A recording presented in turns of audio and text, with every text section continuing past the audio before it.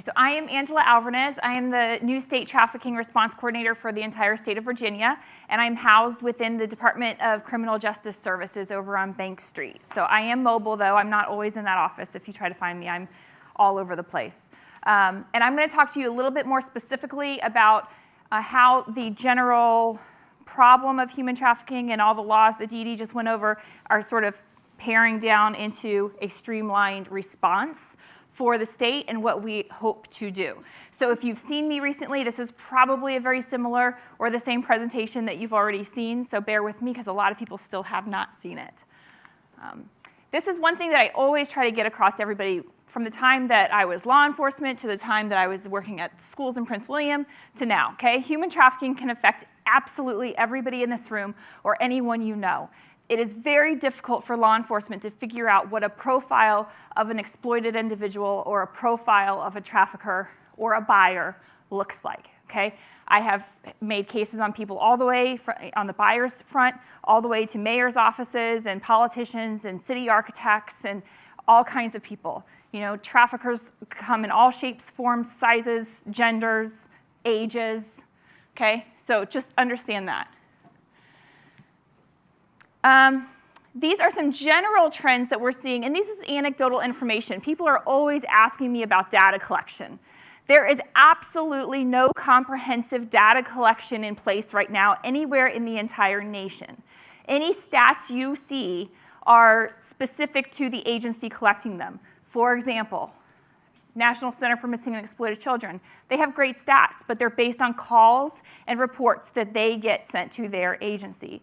Prince William County Schools keeps explicit stats on all of the students that they have serviced, case managed, you know, very, very detailed information on that. Those are just the students in that school division, right? You do not have comprehensive data collection.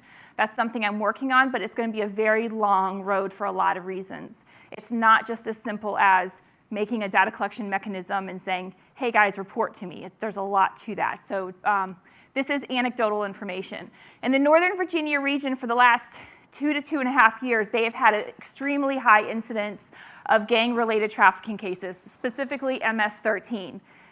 This year, that seems to be shifting a little bit. And when you're talking about gangs, that's normal because when everybody starts putting a lot of attention on a specific gang or a topic, gangs in general, they sort of start to fall a little bit quiet. They don't like that attention. They want to be a little bit under the radar. That's still there. That problem's still happening with the gang-related trafficking, but it's not quite as prevalent in terms of being reported or seen as it has been the past 2 to 2.5 years. Right now, they're seeing just a mixture of cases. They're seeing family trafficking. They're seeing non-gang-related trafficking. They're seeing some gang-related trafficking. So it's just a mixture. From what I'm being told in this area, you're seeing a lot of non-gang-related trafficking situations. So what I call standard pimp control, or it could be family-controlled as well. Roanoke and Southwestern region, the people that live in that area, within that population, they're seeing a lot of family-controlled trafficking. But they're seeing transient trafficking. And what I mean by that is I-81, over the past several years, has become the new 95. So they are seeing victims being transited up and down 81 by both a mixture of gang and non-gang related traffickers.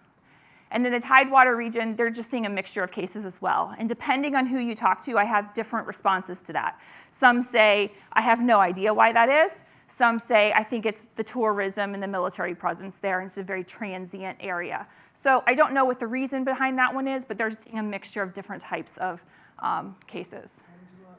Is there any reason that in Northern Virginia area there's more of it seems to be gang related? Is it just a higher population density? Or? Well, I think it's a couple of things. Quite a while ago, one of the high-level MS-13 people settled in Northern Virginia. And so you tend to have a magnet effect of a lot of them going into that area. We also have just a large population. You're right there at like DC and close to Maryland. Like it's a very tight area where you can have a lot of access to wealthy, affluent people who may buy, tourism. I think there's a lot of variables there. But MS-13 in general has a very high population just outside of trafficking. They just in general, gang population, normal gang-related type behaviors in Northern Virginia. So when we're talking about barriers, my job is basically to figure out a way to bring the state together into that collaborative concept that Dee Dee was talking about, right? It takes a village. And I've been preaching that for years. And now that I'm in this position, it's kind of on my duty. It's my duty to sort of bring that together and figure out how to make you all work together and the community work together and everybody come together. So when we're doing that, we have to look at barriers. And what is it that we have to fix specifically? Because I can't fix something unless we really identify what the issue is. So these are just a handful, this is not an exhaustive list, of barriers for exploited individuals. One of the biggest ones is lack of knowledge of services and processes. They don't always understand what's available to them or how that should work or what that should look like. And many times, there are very few people in the professional world in that area working with these cases that really have a great grasp of that as well. Okay, this is a very specialized area. So you might be an LCSW, but you may not have ever worked a trafficking case. To find somebody that has done that is difficult. And so we have an issue of lack of knowledge of services and processes. And that goes also to resource development, which I'll talk about a little bit later. Fear of retaliation is real, right? They are worried that their trafficker is going to hurt them. They are worried that their family's not going to accept them. They're worried that their social structure in terms of their peers will never accept them again. There's lots of different aspects of that retaliation and that shame and stigma. And then the deportation issue, especially when you're talking about your MS-13 cases, is very, very real as well. There is a public perception that Dee Dee and her team are evil. And that is not the case. I work with them. I've worked with them for years. I tell people that all the time. I have had numerous cases that I've worked with her and her team, and they have never, ever tried to deport one of my victims. Now, they have tried to deport my traffickers, and that's totally okay. I don't care if an offender gets deported. But they have done everything they can to make sure that person who has been exploited is protected. They've gone as far as helping one of them get into college.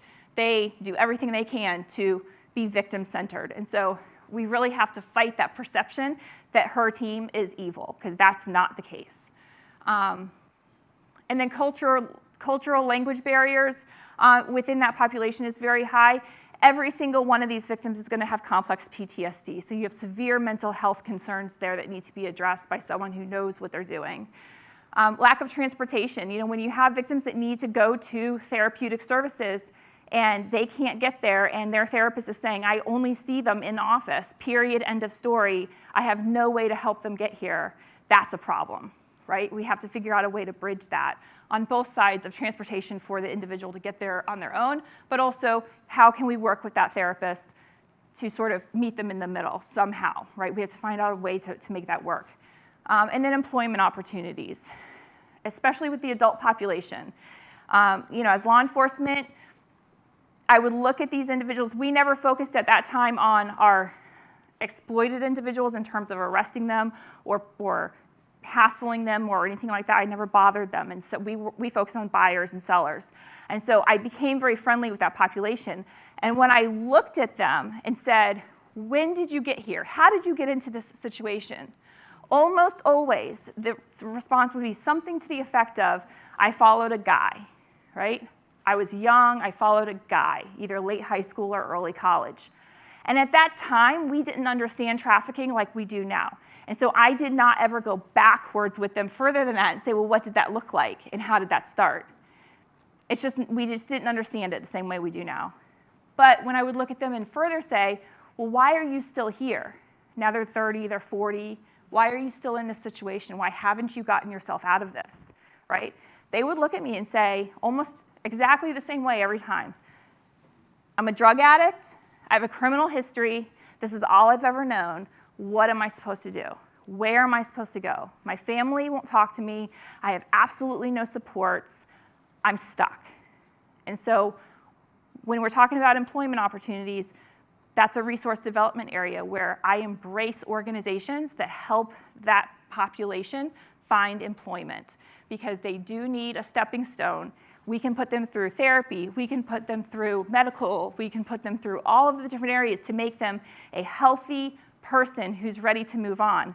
But if they don't have somewhere to go to start that process in terms of making an honest living and getting a housing situation in place and things like that, they're never going to progress long term in terms of being a healthy, productive individual, because they're going to feel like there's nowhere else to go. I have to go back to that. And so employment is very, very important. Lots of challenges for providers, right? Again, not an exhaustive list. The identification of exploited individuals is very, very difficult, and especially for juveniles. And I tell people this a lot. When you're talking about red flags for juvenile trafficking victims, they look like juvenile delinquents unless you get the collaboration piece in place. So there's lots of cases that, they're skipping school, they're using drugs, they've got an older boyfriend, on and on and on. And when you're looking at those, their grades are falling, they're just falling asleep in class. When you look at those symptoms individually as one professional, and you're unaware of everything else that everybody else knows, honestly, you think juvenile delinquent. It's those patterns, it's those behaviors. But when you start talking to maybe a DSS worker that has had contact with the family, or you talk to, maybe they're involved with probation, or you talk to a teacher, or you talk to a social worker at the school, and you start sharing like, hey, I've noticed that this person is experiencing these things. And they're like, oh yeah, well this is what I know. And you can start putting the puzzle pieces together a little bit, and you see that it looks like a very different picture.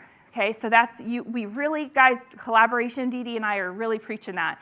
We've got to learn to collaborate and find ways to do that, because it's going to help everybody. It's also going to help not duplicate and triplicate services and continue to re-traumatize that individual when they have 3 different therapists given to them by 3 different agencies, and they have to tell their story 3 different times every single week, right?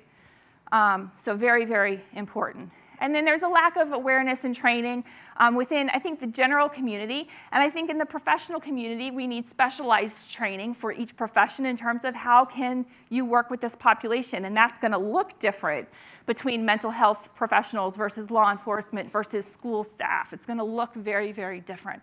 And so I'm working on that as well. Data collection, again, keeps coming up. I am working on that. But these are some of the challenges for providers. So how are we going to address this? What are we doing? The most recent legislation came out in 2019, and it was as a result of the State Crime Commission study that was assigned to them in 2018. And I was involved in that as one of the people that they consulted. I believe Dee Dee was. Yep, lots of us were. And it was a very interesting process. But out of that report that they presented to the General Assembly, 11 bills were pushed forward in the 2019 legislative session. And Dee Dee touched on a couple of them, and you'll see one of them again. One of these was my position. And I am sort of a one-stop shop for human trafficking in Virginia now. This was effective as of July 1st, and I was hired and started in August. So brand new, about 5-6 months in this position. I've just been traveling around the state getting acclimated with all the localities and professionals and figuring out what everybody needs. But these are my responsibilities. It's a lot, right? It's a lot from program management, knowing what everybody's doing, to training, to creating standards and guidelines for residential treatment facilities, to creating what's known as commonly as a John School, on and on and on and on. My scope is large. I can also work on legislation. It's very, very large. So lots to do, and I'm the only person doing it right now, so be patient with me a little bit. But it's nice to know that you do have a place to go, to call, to say, I need help with this. Can we figure this out together? Absolutely. I do not live in an ivory tower. I am traveling the state on a daily basis. I am on a cell phone. I am mobile. So if a locality needs me, they call me, they say, can you come out? I am in their locality probably within a couple of days, depending on our scheduling, and I can sit down with them and say, what do we need, okay? And work with you on that. Attached to my position is the Virginia Prevention of Sex Trafficking Fund. And this is pretty cool. It's not ready to be used yet. It's just in collection phase. It will probably be in collection phase for quite a while, but it's nice to know this exists. And what this states is that individuals who are convicted of specific misdemeanor violations related to trafficking, and there's a long list of them. If you actually look this code section up, you can hyperlink to the whole list of them, will pay a $100 fee into this fund, and those convicted of specific felony trafficking-related charges will pay $500 into this fund. When this fund matures and we have enough money to actually do something with it, then there will be guidelines pushed out as far as how state and local agencies can access these funds for prevention and education related to sex trafficking, which is amazing. But it's going to take a while to collect all of that money. Dee Dee touched on this one. This one was huge in the juvenile realm, okay? Department of Social Services has become a strong partner. Now, nothing's perfect, and we are working on making sure all of the different local offices are trained and up to speed, and they know what they're doing, and they have the resources they need. But Department of Social Services has really wrapped around this and has been very positive about it. So as of now, they shall, which means they must, initiate a human trafficking assessment anytime you call in as a mandated reporter with allegations that an individual is being trafficked. So I'm going to let you sit with that for a minute. They shall, okay? That's amazing. They didn't have to do that in the past. Now, with that, I will give you a caveat. When you call in as a mandated reporter, we've all done it, probably, or at least many of us have done it numerous times. You sit on the phone sometimes for an hour to an hour and a half with that person because that person has to type everything you're saying. And I want you to think about when you're typing something that somebody's telling you, you're not really processing the information and what it means, or at least I'm not. I'm typing the words, right? I'm like, this is what they're saying, and I'm typing. So I will tell you that I would, as a mandated reporter, say to them, hey, I believe this is a possible human trafficking situation, because they may not be processing it at that moment with the red flags as they're typing it. They may not be putting all the pieces together, okay? Maybe they are, but they may not be. So I would add that extra piece in to make sure it gets elevated to the assessment, okay? And then they may now include the traffickers as a caretaker, which means that goes into their investigation and needing to take the case instead of, what is it? What's the term? Is it deny or there's something? Not founded. Not founded, thank you. In terms of making it not founded. In the past, we have had numerous occasions where we have a kid in a hotel room with a trafficker or somewhere with a trafficker who is, for all intent and purposes, their caretaker. They are feeding them, they are housing them, and in very loose terms, they are in charge of their safety, right? So used to, they were not considered caretaker. They're not connected to them in terms of family. They're not caretaker. Now they can be included under caretaker status, which is amazing. The other thing that they may do is they may hold that juvenile, Department of Social Services, for up to 72 hours if there's a safety concern while they figure out what to do instead of putting them directly into foster care. And that's where the difficulty is coming with them right now. We're all scrambling to figure out what does that look like. And that comes back to a resource development issue, right? There's not a lot of places to put these juveniles. But that is available to them, and localities are figuring that out. Are hospitals filling in the gap? Hospitals, like you can check the patient in, right? Check the juvenile. Not that I'm aware of, but that would be something we could ask Robin. Yeah. Not that I'm aware of, okay? And the other thing I've been learning that I need to tell everybody, and I know, mandated reporters know kind of what they need to do, but it's come to my attention that not everyone is really putting this together with the trafficking piece. You must, as a mandated reporter, report suspected human trafficking activity of juveniles to DSS, to CPS, okay? So some people have told me that they're having some questions and issues with that, so I just want to make it clear. You must report it. All right, so what did we do? We have this legislation, the General Assembly's behind us, the governor's behind this, everybody's supporting this. We are ready to roll, right? What are we doing? So I'm just taking the same slide that I went over earlier. The things in bold are the things that are on my priority list this first several months that I'm working on right now. So awareness and training will be starting to be pushed out. I'm really working on the systemic piece of this. So not so much on community presentations at churches and groups and things like that, but the systemic piece of agencies and working with professionals and helping them understand how they can better support this population. I'm working on resource development. That's going to be a very long road, but the first step is I'm getting a resource list put together that's comprehensive, statewide. It will be broken out by region so that you know what your resources are in your region, and that will be a living document. So when a agency or a provider goes out of business or stops seeing trafficking victims, I need to know that so I can take them off. And when somebody comes in and they begin serving them, I need to know that so I can add them. It's going to be a living document, and I need the help of the entire population to sort of keep up on that because I can't be everywhere all the time. Communication between localities. This whole piece here, the resources, the services, the communication, I am working on with my web developers right now. I'm hoping that it will be some type of online platform, but it's being developed, so don't quote me on exactly what it's going to look like yet, but it's coming. A consistent screening tool.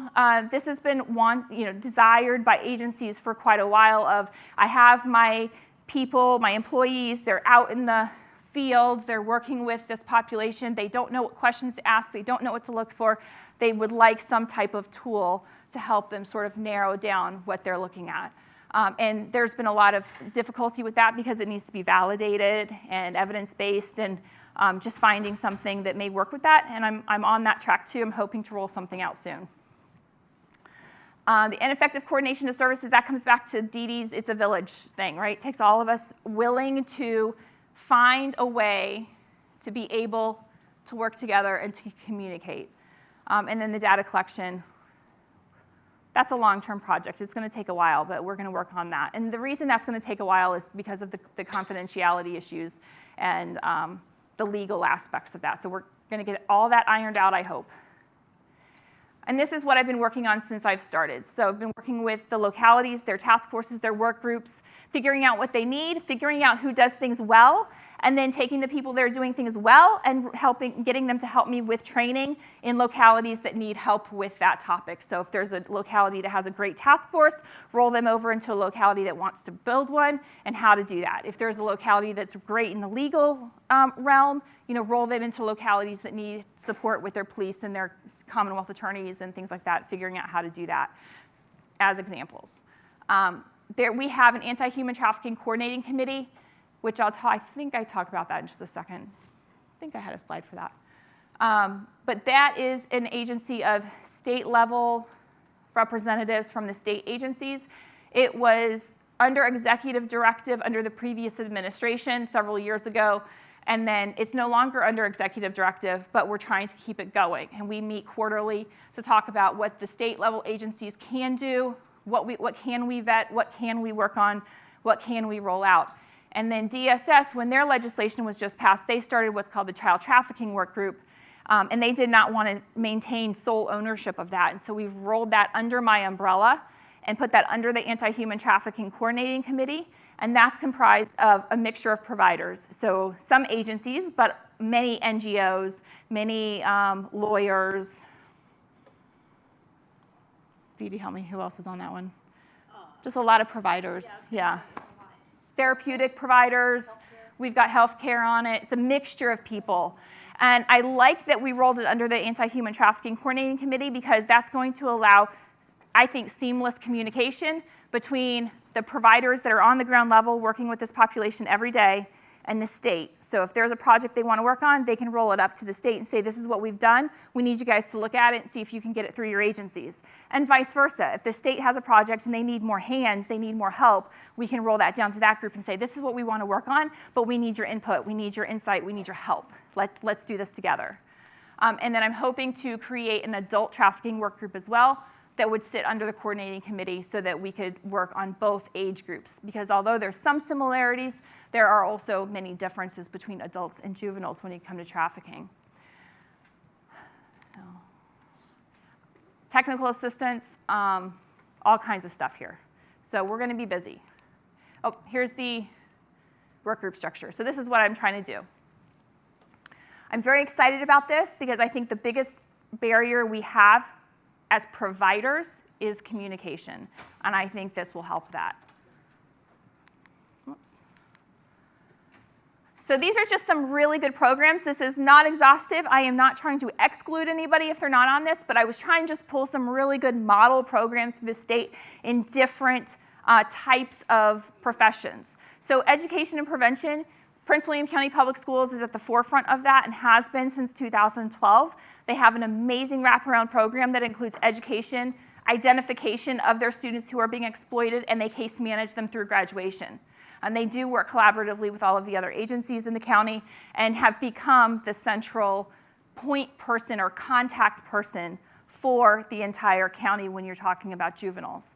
So they have a great program.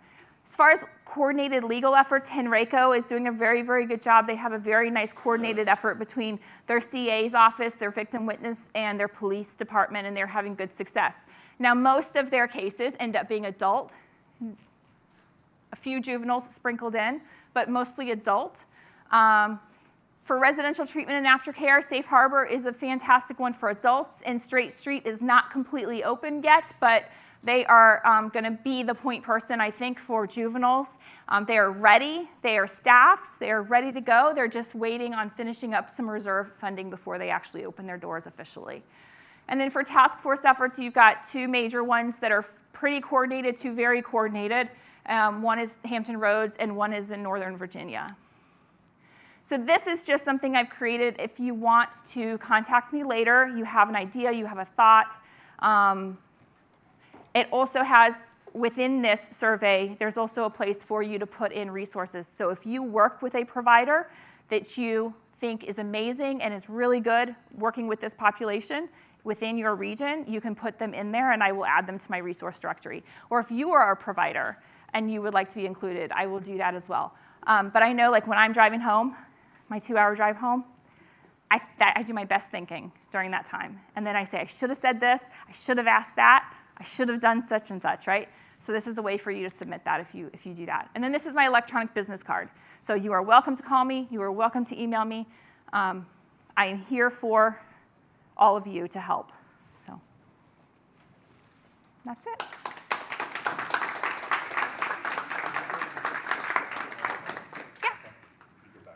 Oh, back one slide. Absolutely. Yes, ma'am. Where is Straight Street located? I can't tell you exactly where it's located. Oh, it's not allowed to, is it extension? Yeah. Yeah. They don't want anybody to know. Is it specifically for juveniles that have been trafficked? Yeah, it's specifically going to be for juvenile trafficking victims. And do you know if they'll take CSA funding in regards to They won't, no grants, no funding. It's all going to come from the community. Yeah. That's why it's taking a little longer for it to open. Okay. Yep. They're trying to get a very large reserve fund, which is really good, and it's taking a long time for them to open because of that. But the benefit to that is so many facilities open very quickly, and then they close in 6 months to a year because they can't maintain that level of expense, right? So they're working on getting a large reserve fund in place, and they have private donors and things like that so that they can maintain long-term and stay open. So who makes referrals for the chapter?